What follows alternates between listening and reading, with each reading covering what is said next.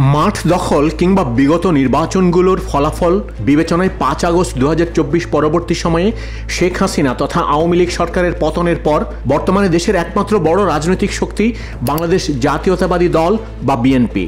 কিন্তু শেখ হাসিনার পতনের পর প্রায় 2 দশক ক্ষমতার বাইরে থাকা দলটির বিপুল জনপ্রিয়তা নিয়ে ফিরে আসার সুযোগ থাকলেও দলের নেতাকর্মীদের বিভিন্ন কার্যক্রমে জনগণ মুখ ফিরিয়ে নিতে শুরু করেছে। অন্যদিকে তাদের দীর্ঘদিনের জোটসঙ্গী বাংলাদেশ জামায়াতে ইসলামী বিভিন্ন কৌশলে 5 আগস্ট পরবর্তী সময়ে দেশের বৃহৎ একটি অংশকে তাদের সমর্থনে নিয়ে আসতে পেরেছে বলেই পরিলক্ষিত হচ্ছে। সম্প্রতি ডাকসু কিংবা জাকসু নির্বাচন তারই প্রমাণ। দলটি দেশব্যাপী জনগণের কাছে কতটুকু পৌঁছাতে পেরেছে সেটা সঠিকভাবে বলা মুশকিল। তবে বিএনপির জনপ্রিয়তা যেখানে দিন দিন কমতে শুরু করেছে, সেখানে জামায়াতে ইসলামীর জনপ্রিয়তা কিছুটা হলেও বাড়ছে, সেটা স্পষ্টতই বোঝা যাচ্ছে। আমার মতে জামাত ইসলাম হলে ভালো হয়। জামাতকে চাই এই পর্যন্ত আওয়ামী লীগ দেখলাম, বিএনপি দেখলাম, একটা তৃতীয় পক্ষ একটা দেখা প্রয়োজন আছে, জামাত ইসলাম চাই। জামাত চাই। আমি জামাতে ইসলামকে ভোট দিতে চাচ্ছি, কারণ এর মধ্যে আমরা মোটামুটি অন্যান্য সব দল দেখেছি, এখন আমরা দেখতে যাচ্ছি যে আসলে জামাতে ইসলাম আমাদের জন্য কতটুকু কি করতে পারে। জামাত যদি আসে তাহলে আমাদের জন্য আশা করি অনেক ভালো হবে, কেননা আমরা ইতিপূর্বে বিএনপিও দেখেছি বা আওয়ামী লীগ অনেকদিন ছিল, আওয়ামী লীগ কিভাবে দেশ পরিচালনা করছে সেটাও আমরা দেখেছি। আমার মনে হয় জামাতকে একটিবার সুযোগ দেওয়া উচিত। অনেকের মতে পতিত আওয়ামী লীগ ভারত সরকারের সহযোগিতায় কিংবা জাতীয় পার্টির উপর ভর করে ক্ষমতায় ফিরে আসার জোর চেষ্টা চালিয়ে যাচ্ছে। আরেকদিকে কিংস পার্টির তকমা পাওয়া জাতীয় নাগরিক পার্টি বা এনসিপিও চেষ্টা চালিয়ে যাচ্ছে বাংলাদেশের রাজনীতিতে অন্যতম পরাশক্তি হয়ে ওঠার।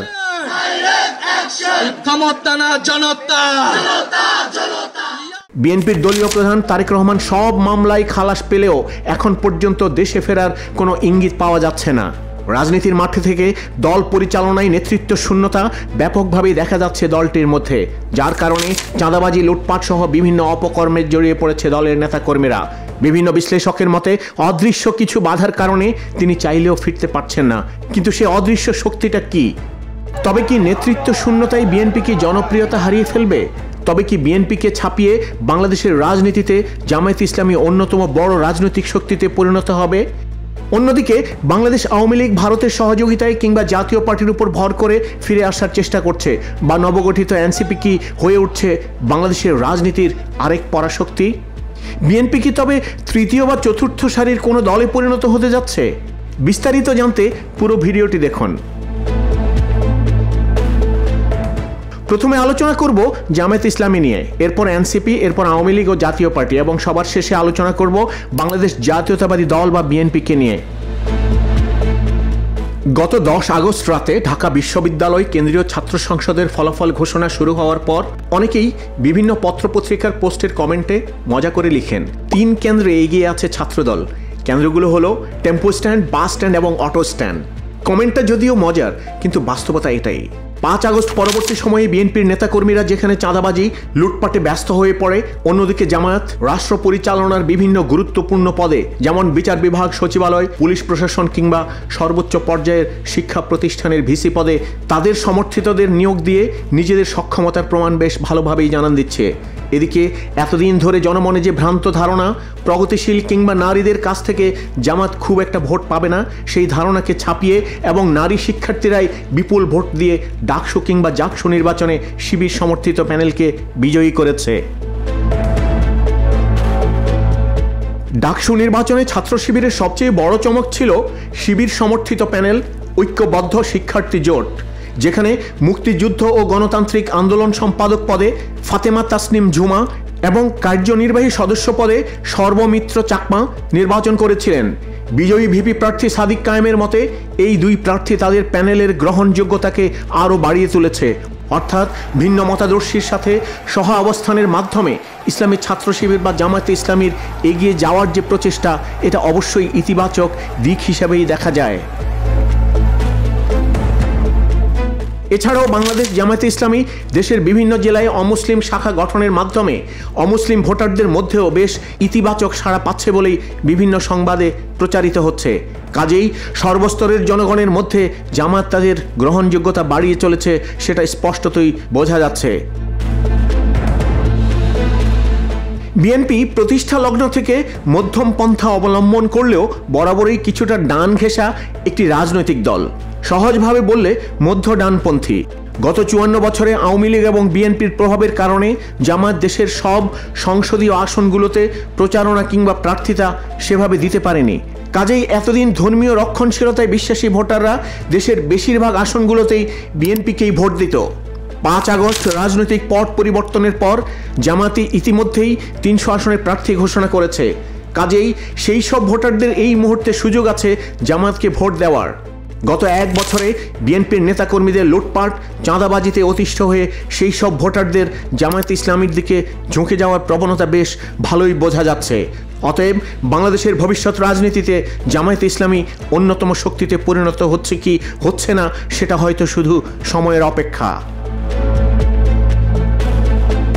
এবার আসি কিংস পার্টি তকমা পাওয়া জাতীয় নাগরিক পার্টি কিংবা এনসিপি নিয়ে। জুলাই গণ অভ্যুত্থানে নেতৃত্ব দেওয়া সমন্বয়কদের নিয়ে নবগঠিত এনসিপি আগামী নির্বাচনে তাদের অবস্থান জানান দেওয়ার জন্য দেশব্যাপী বিভিন্ন কার্যক্রম চালিয়ে যাচ্ছে। যদিও ইতিমধ্যেই দলটির নেতাকর্মীদের বিরুদ্ধে বিভিন্ন চাঁদাবাজির অভিযোগে ভবিষ্যৎ রাজনীতি প্রশ্নবিদ্ধ হচ্ছে। অনেকেই দলটিকে কিংস পার্টি আখ্যায়িত করে সামনের নির্বাচনে সরকার গঠনের আশঙ্কা করছেন। তবে সেই সব আশঙ্কা উপেক্ষা করে জনবান্ধব কর্মকাণ্ডের মাধ্যমে দলটি যদি জনপ্রিয়তা লাভ করতে পারে ভবিষ্যৎ রাজনীতিতে তাদের শক্ত অবস্থান তৈরি করতে পারবে বলেই সবাই ধারণা করছে।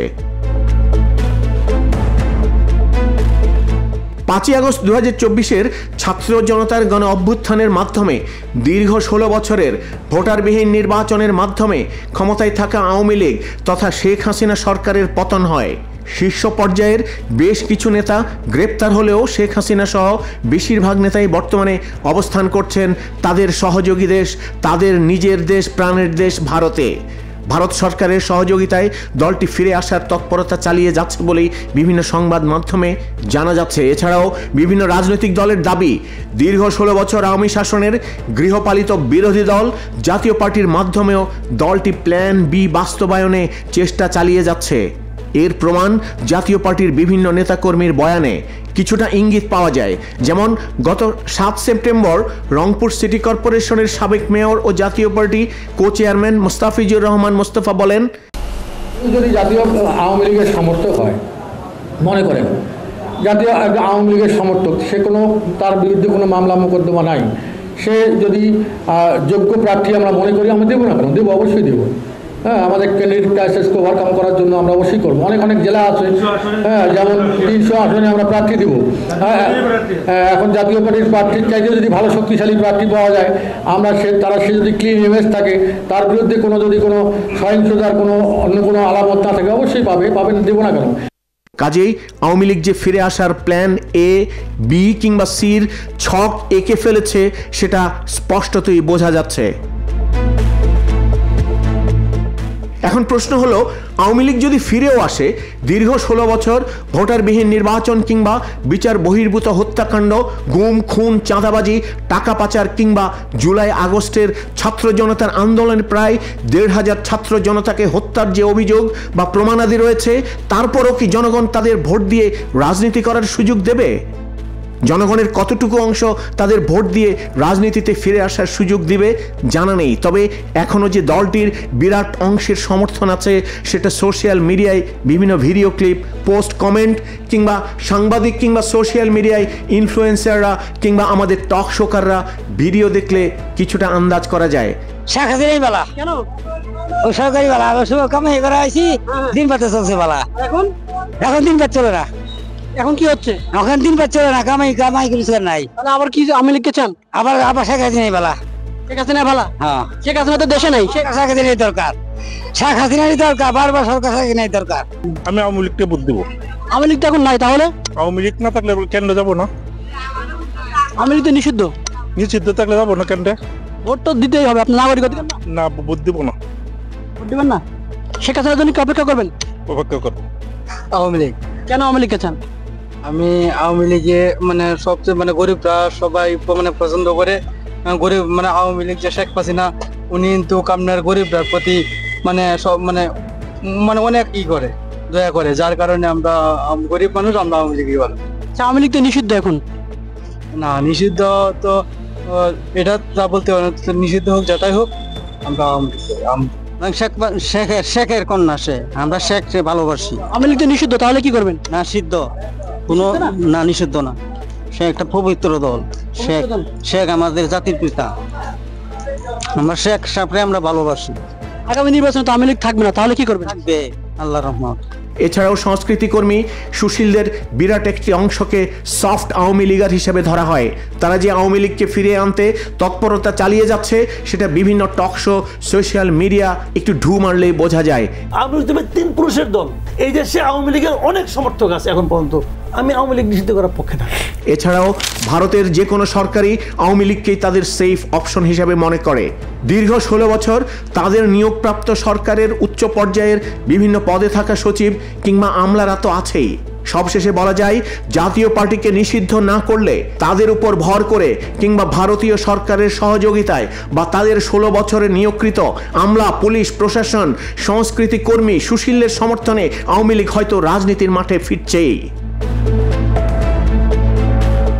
এখন প্রশ্ন হলো, আওয়ামী লীগ যদি ফিরে আসে তবে জামায়াতে ইসলামী, এনসিপি কিংবা বিএনপি কি রাজনীতির মাঠে টিকে থাকতে পারবে? হ্যাঁ, আওয়ামী লীগ ফিরে আসলে হয়তো জামায়াত কিংবা এনসিপিকে একদম নিশ্চিহ্নই করে ফেলবে। বিএনপির উপরও হয়তো সেই চেষ্টা থাকবে, তবে বাংলাদেশের রাজনীতিতে ঐতিহাসিকভাবে প্রভাব বা দেশের বিরাট একটি অংশের সমর্থন থাকায় বিএনপিকে হয়তো একদম নিশ্চিহ্ন করতে পারবে না। প্রশ্নটা হয়তো হবে, কতটুকুই বা টিকে থাকবে বিএনপি যদি আওয়ামী লীগ ফিরে আসে? আওয়ামী লীগ যদি ফিরে আসে, শেখ হাসিনা বা আওয়ামী লীগ যেহেতু চায় না তারেক রহমানের হাতে বিএনপির ক্ষমতা থাকুক, অন্যদিকে জিয়া পরিবারের বাইরে বিএনপির ক্ষমতায় যাওয়ারও কোনো সম্ভাবনা নেই। কাজেই আওয়ামী লীগ ফিরলে আবার জাতীয় পার্টিকে হয়তো গৃহপালিত বিরোধী দল বানাবে। তারেক রহমানকে যেহেতু দেশে ফিরতে দেওয়া হবে না, সুতরাং দলটি নেতৃত্ব শূন্যতায় তৃতীয় দলে পরিণত হলেও আপনারা বিস্মিত হবেন না। আর যদি আওয়ামী লীগ জাতীয় পার্টির উপর ভর করে ফিরে আসে, সেই ক্ষেত্রেও হয়তো বিএনপি তৃতীয় কিংবা চতুর্থ রাজনৈতিক দলেই পরিণত হবে। কেননা আগেই বলেছি, বিএনপির বিরাট অংশের সমর্থন জামায়াত ইসলামীর বাক্সে চলে গেছে ইতিমধ্যেই। দলের নেতাকর্মীদের চাঁদাবাজি, লুটপাট যে হারে এখনো চলছে, যতটুকু সমর্থন আছে সেটাও হয়তো দিনে দিনে 2 অঙ্কের নিচে নেমে যাবে। অন্যদিকে এনসিপিও ভালো কিছু করে দেখাতে পারলে সমর্থন অনেক জায়গায় ভাগ হয়ে যাবে। এদিকে আওয়ামী জাতীয় পার্টির ভোট বিরাট একটা ফ্যাক্ট হয়ে যাবে। আর আওয়ামী জাতীয় পার্টি যদি নির্বাচনে অংশগ্রহণ করতে নাও পারে, সেক্ষেত্রেও আওয়ামী লীগের ভোট পাওয়ার যে আকাঙ্ক্ষা বিএনপির ছিল বা আছে, তাদের 1 বছরের কর্মকাণ্ডে তাও হয়তো পাবে না। কেননা আওয়ামী লীগের ভোট টানার মতো কোনো কার্যক্রমই বিএনপি করতে পারেনি। বরং তারেক ভাই কথা দিলাম, 32 নম্বর দখল নিলাম, এর মতো আওয়ামী বিরোধী স্লোগান আওয়ামী ভোটারদের বিএনপিতে যাওয়ার পথকে অনেক আগেই শেষ করে দিয়েছে বলেই ধারণা করা হয়।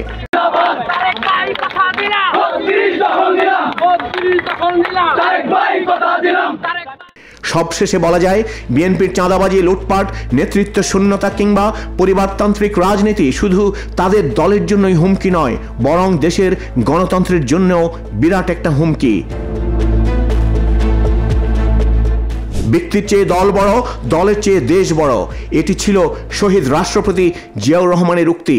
কিন্তু বাস্তবে তার ছিটে ফোটাও দলটির মধ্যে এখন আর নেই।